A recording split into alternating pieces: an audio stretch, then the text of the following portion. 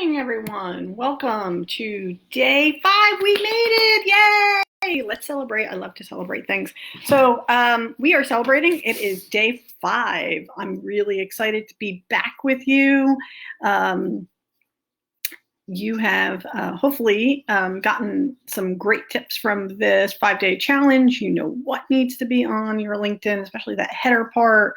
You worked a little bit on your resume skills again yesterday and got that taken care of. And now today we are talking about that bottom portion, because the reality is that a lot of people go, okay, what does the header or what does the tell me about the person? And then I scroll down and what does the bottom part, or more toward the bottom part, tell me about the person that I want to connect with. So things to note in that bottom section, there are all sorts of things like the other companies that you follow, and you'll find things like volunteer experience. All that stuff is on the bottom, but most important about the bottom part of your LinkedIn is your skills and your recommendations. I cannot employ that the most.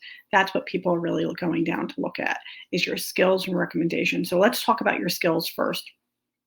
LinkedIn allows you to show the skills that you have. It pops up when people are doing searches. It's part of their algorithm. It's really important.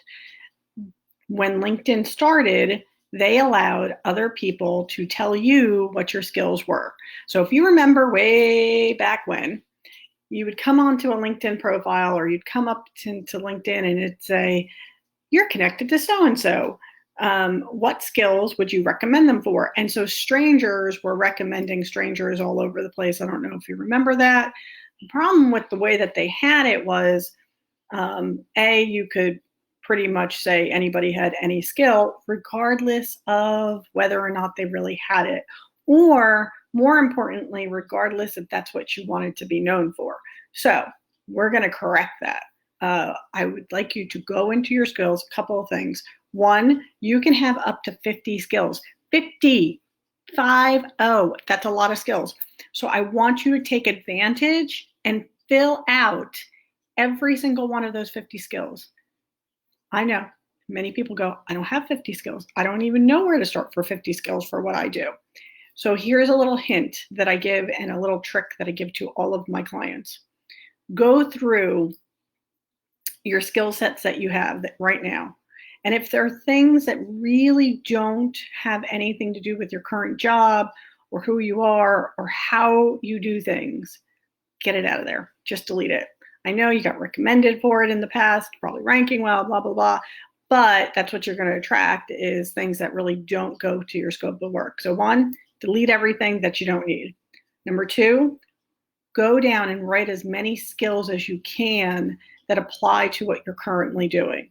So that doesn't have to be just hard skills. Remember way back when you learned about hard skills, all the technical things you could do, and then soft skills.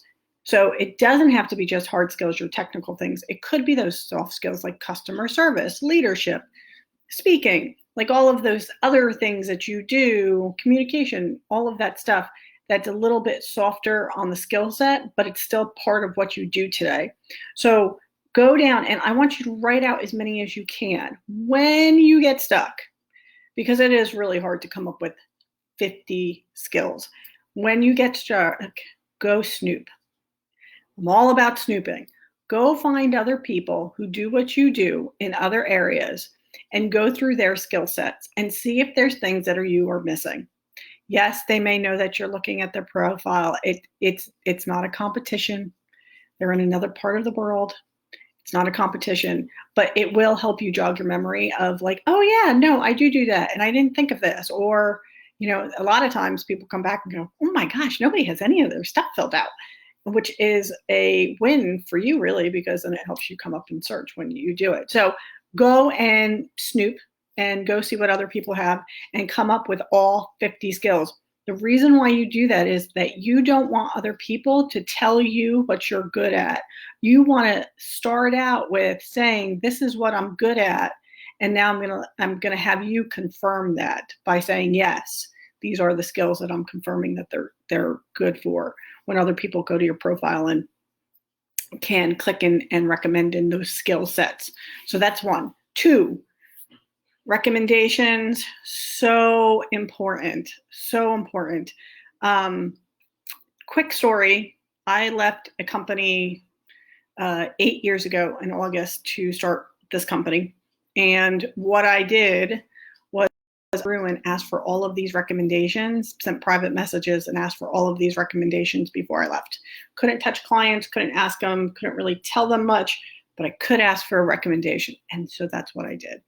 And because of that, some of those clients ended up finding me 6 months to a year later when they realized I was no longer with my past company and hired me. So go and ask for recommendations, even if it's for past jobs, because right now people are looking to connect. So you asking for a recommendation, even on a past job, is wonderful, because it may open that door and they may not realize what you're doing now, and it could open up a whole conversation. Saying that, the ideal number of recommendations to get is 15.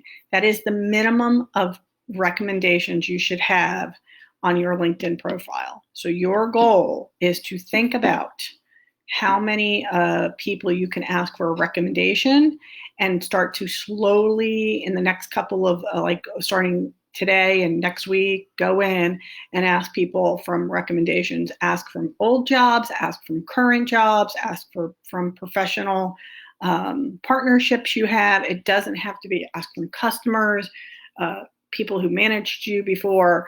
Go through and say, okay, who would write me a recommendation? The reason why, as a business owner, it's great is because I take those recommendations. A, I use them in my promos. B, I use them on my website.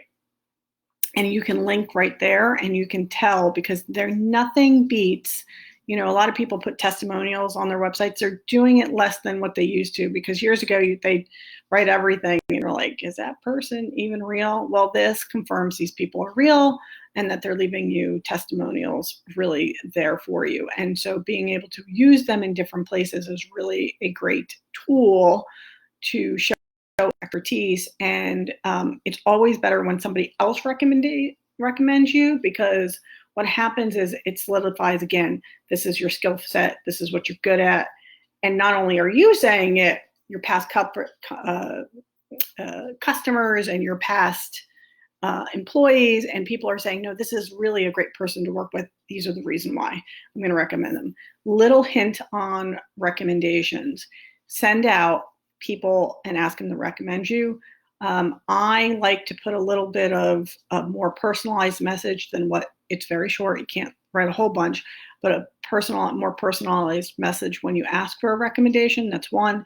And two, also know that when you get a recommendation, you can read it before you put it out on your profile. So if you get one and you're like, they kind of missed the mark, this is not really what I wanted to say, don't feel bad. Just don't put it up there. On the other side of that too is if you get a recommendation and you really like this person and you can recommend them, go for it. Like reciprocal, fantastic. If you don't feel that way, don't do it. It's okay not to do it. So that is my last bit of LinkedIn profile. We did not get to cover everything, but we covered a lot in the last 5 days. So I've kept you pretty busy. But on the other side of that, though, if you do need to go into a deeper dive, if you need to go, okay, now I have this great profile, where do I go from here? I implore you, I'm asking for you to get on a clarity call with me, because I will help you get to that next step. This clarity call is completely free, but it will help you get to the next step of now converting your connections into leads and clients. So that is the next step. And if you want to find out, now that you have this beautiful profile, how to get leads and clients from that, you can schedule, I put it in the link, schedule a 30-minute clarity call with me, and you will walk away with the next step after this. So I hope you have a great weekend. Thanks for spending the week with me, and I will talk to you soon. Get on the call with me. Bye.